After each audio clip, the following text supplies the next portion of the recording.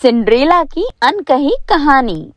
Hello दोस्तों, तो Cinderella की कहानी तो आप सभी ने सुनी होगी कि कैसे एक मामूली लड़की रातों रात राजकुमारी बन जाती है। लेकिन हैप्पीली एवर आफ्टर के बाद कहानी में क्या हुआ ये हम में से कोई भी नहीं जानता। चलिए आज देखते हैं कि सिंड्रेला की कहानी में हैप्पीली एवर आफ्टर के बाद क्या हुआ। ये है सिंड्रेला की कहानी का हमारा वर्जन एट किटून स्टोरीज। सिंड्रेला के मिल जाने पर राजमहल में सिंड्रेला और राजकुमार की शादी का ऐलान कर दिया जाता है और 3 रोज बाद बहुत ही शानदार तरीके से राजकुमार और सिंड्रेला की शादी हो जाती है और फिर वहाँ से शुरू होता है हैप्पीली एवर आफ्टर। लेकिन हर कहानी हैप्पीली एवर आफ्टर के बाद खत्म नहीं होती। सिंड्रेला के लिए तो ये कहानी अभी शुरू हुई थी।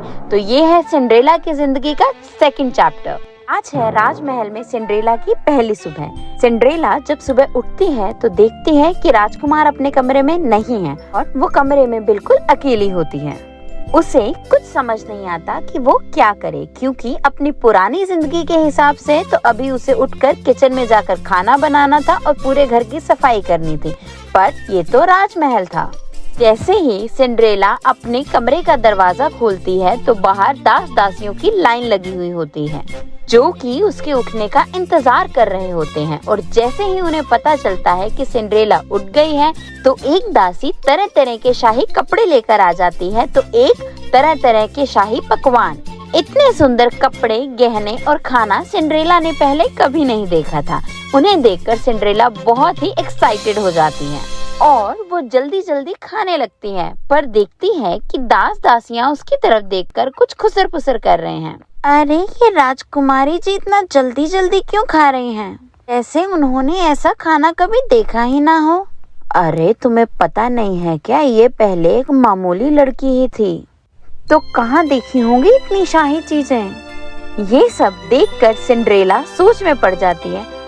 अरे मैं तो भूल ही गई, मैं तो अब राजकुमारी हूँ, तो मुझे राजकुमारी की तरह बिहेव करना होगा। और फिर सिंड्रेला दासियों से कहती है, माफ कीजिएगा, असल में मुझे ना बहुत भूख लगी थी। नाश्ता करने के बाद सिंड्रेला तैयार होती है और अपने नए कपड़ों में बिल्कुल परी जैसी लगती है। फिर सिंड्रेला अपने कमरे से बाहर जाने लगती है तो दास दासियां उसे रोक देती हैं और कहती हैं, क्षमा कीजिए राजकुमारी, लेकिन राजकुमारियां इस तरह से कमरे से बाहर नहीं जा सकती। तो फिर मैं सारा दिन कमरे में क्या करूं? राजकुमारी जी अभी थोड़ी देर में रानी साहिबा आपसे मिलने आएंगी। और फिर सिंड्रेला चुपचाप अपने कमरे में वापस चली जाती है और पूरा दिन खिड़की पर खड़े होकर बाहर बाग बगीचे को बस देखती रहती है। वो अपनी पूरी जिंदगी में इतना बोर कभी नहीं हुई थी। पूरा दिन राजकुमार उसके पास नहीं आते क्योंकि वह अपने काम में बिजी होते हैं और सिंड्रेला पूरा दिन सिर्फ बोर होती है और मन ही मन सोचती है, भला ये भी कोई लाइफ हुई? ना अपनी मर्जी से खा पी सकते हैं और ना अपनी मर्जी से बाहर जा सकते हैं।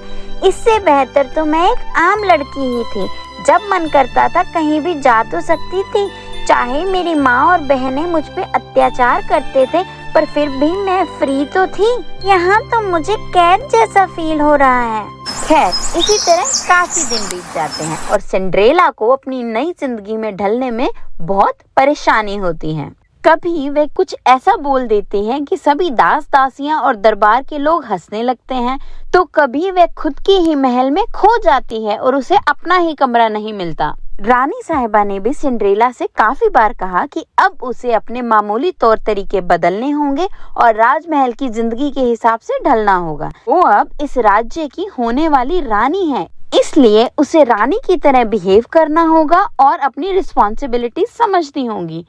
लेकिन बेचारी सिंड्रेला थी तो वो एक मामूली लड़की ही। उसे इन सब में से कुछ भी ठीक से समझ नहीं आ रहा था। कभी उसे कांटे छुरी इस्तेमाल करना नहीं आता था, तो कभी दास दासियों को ऑर्डर देना नहीं आता था, क्योंकि आज तक उसने अपना सारा, इनफैक्ट औरों का भी सारा काम खुद ही किया था। धीरे धीरे उसकी गलतियां बढ़ने लगती हैं और राजकुमार भी उसे बार बार टोकने लगता है कि अब वो एक आम लड़की नहीं है और उसे रानी की तरह बिहेव करना चाहिए।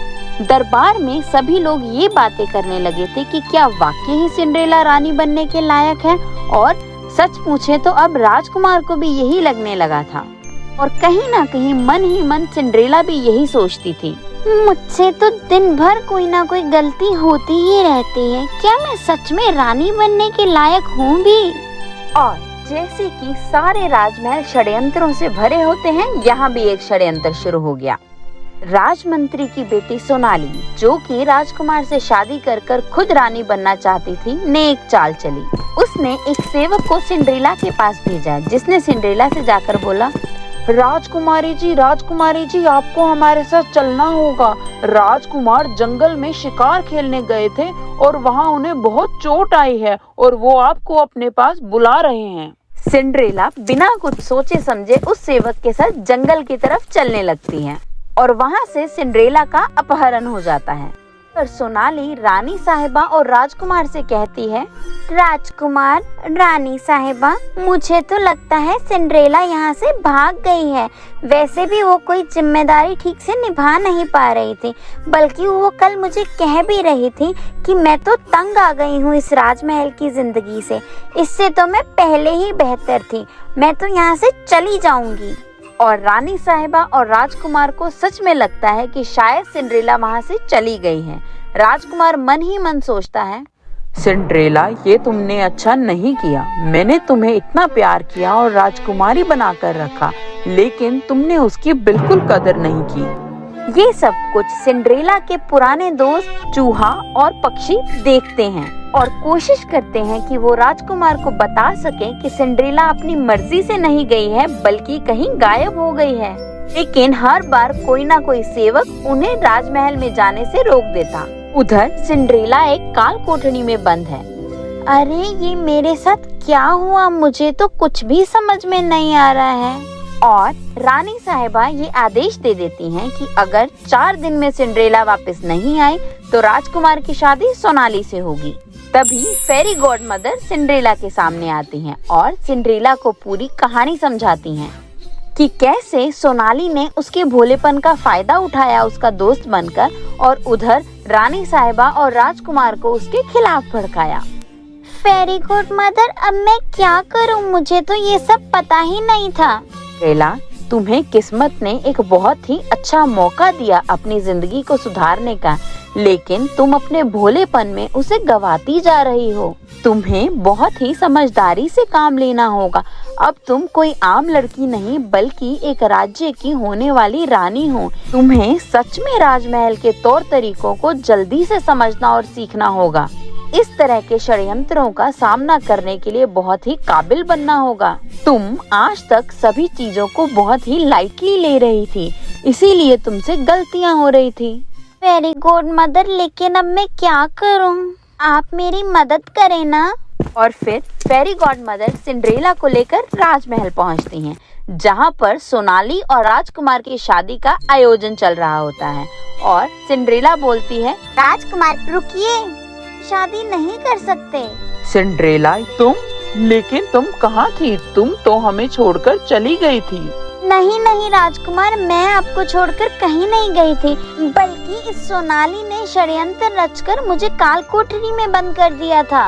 और फिर सिंड्रेला और फेरी गॉड मदर पूरी की पूरी कहानी राजकुमार और रानी साहिबा को सुनाती हैं। इसे सुनकर दरबार के सारे लोग चौंक जाते हैं और फिर राजमंत्री और सोनाली को सजा मिलती है। सिंड्रेला कुमार और रानी साहिबा से प्रॉमिस करती है कि अब वो अपनी सारी रिस्पॉन्सिबिलिटीज को बहुत ही सीरियसली लेगी, एक बहुत ही अच्छी रानी बनकर दिखाएगी। तो दोस्तों, आज की कहानी को यहीं खत्म करते हैं। अब इसके बाद सिंड्रेला की कहानी में सब कुछ हैप्पीली एवर आफ्टर हुआ या नहीं, आप लोगों को क्या लगता है? इसी तरह की और कहानियों के लिए सब्सक्राइब करें हमारा चैनल स्टोरीज।